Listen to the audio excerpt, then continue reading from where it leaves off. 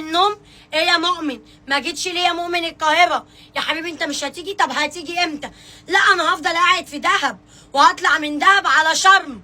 الهق مني على المق منه، شدنا مع بعض راح عامل لي احلى بلوك. شوفوا يا جدعان، شوفوا استنى بس عشان مش هبين الرقم. الصوره اختفت وانا اللي مسجله اغلاهم، ما بقتش اغلاهم خالص. مش عاجبك التخن؟ مش عاجبك التخن؟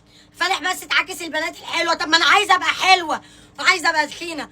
يقول لي ده كله وشك بقى قد الطبق. طبعا كله عارف انا تخنت بسبب ايه. بقالي سنتين يا جماعه بتعامل مع وزير الرشاقه المختوم. انا بوريكم بس، دي العلبه اللي انا باخد منها باكل منها. شكل العلبه الجديده قبل ما تتفتح بالمنظر ده، تمام، عليها الصوره.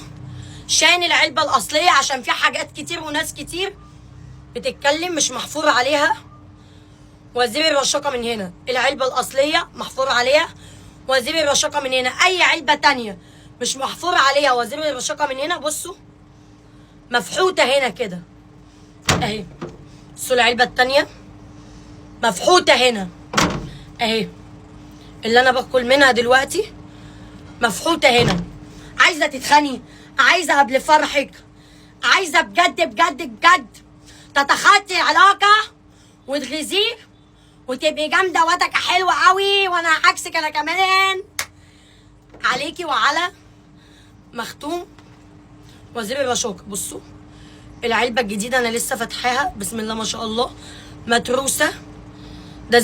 ده زيت زيتون اللي فوق ده مليانه على اخرها مكسرات، لب، عجوه، حرفيا بروتين وفيتامين تديكي باور مش طبيعي.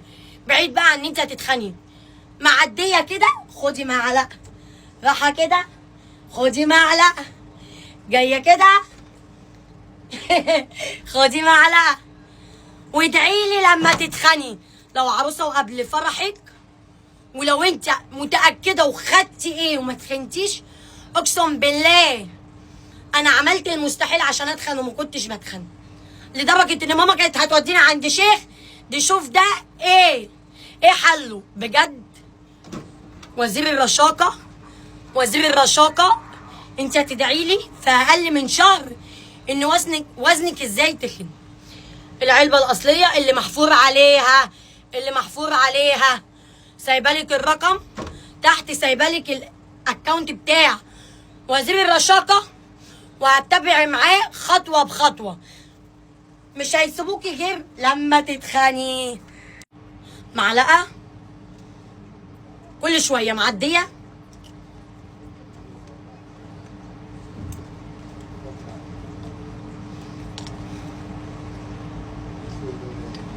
قولي للنحافه